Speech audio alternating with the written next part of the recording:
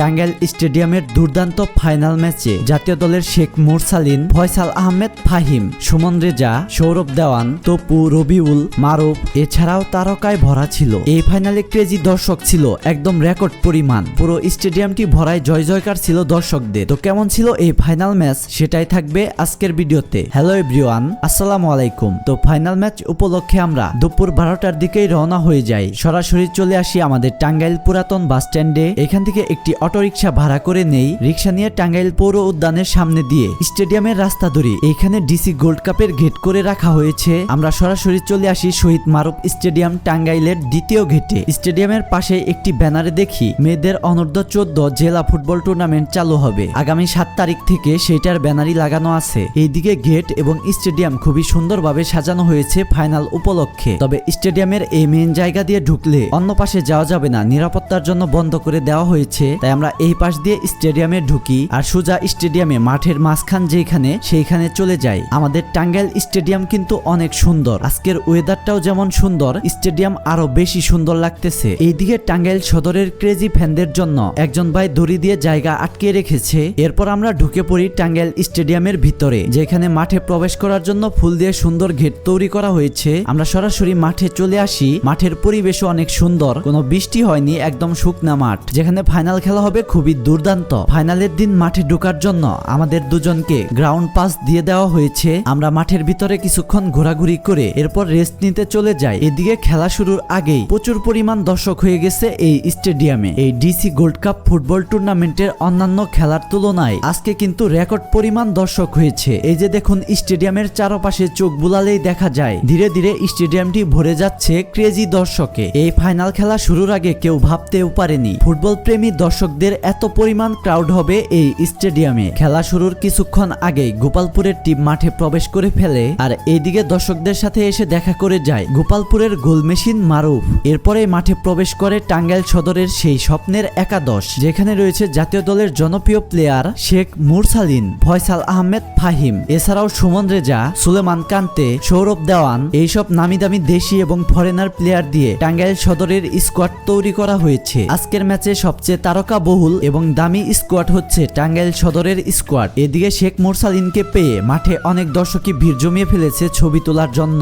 এরপর টাঙ্গাইল সদরের স্কোয়াড নিজেদের মতো এক্সারসাইজ করতে থাকে এবং খেলার প্রস্তুতি হিসেবে ওয়ার্ম আপ শুরু করে দেয়। এদিকে গোপালপুরের টিমে রয়েছে হেলিকপ্টার মামুন, জাতীয় দলের সাবেক খেলোয়াড় রবিউল, গোল মেশিন মারুফ, মিশু সহ আরো অনেক খেলোয়াড়। এরপরে মাঠে প্রবেশ করে আমাদের টাঙ্গাইলের ডিসি এবং টাঙ্গাইলের প্রতিমন্ত্রী সুলতান সালাউদ্দিন টুকু। তারা মাঠে প্রবেশ করে খেলাটির উদ্বোধন করে। এর একটু পরে আচমকা একটি ঘটনা ঘটে যায়। স্টেডিয়ামের চারপাশে হাজার হাজার দর্শক হয়ে যায়। অতিরিক্ত দর্শক হয়ে যাওয়ায় বেশিরভাগ দর্শক স্টেডিয়ামের এই দেয়াল টপকে ভিতরে ঢুকতে শুরু করে। পরিস্থিতি এতটাই খারাপ হয়ে যায়, চারপাশ থেকেই দর্শক ভিতরে ঢুকতে শুরু করে।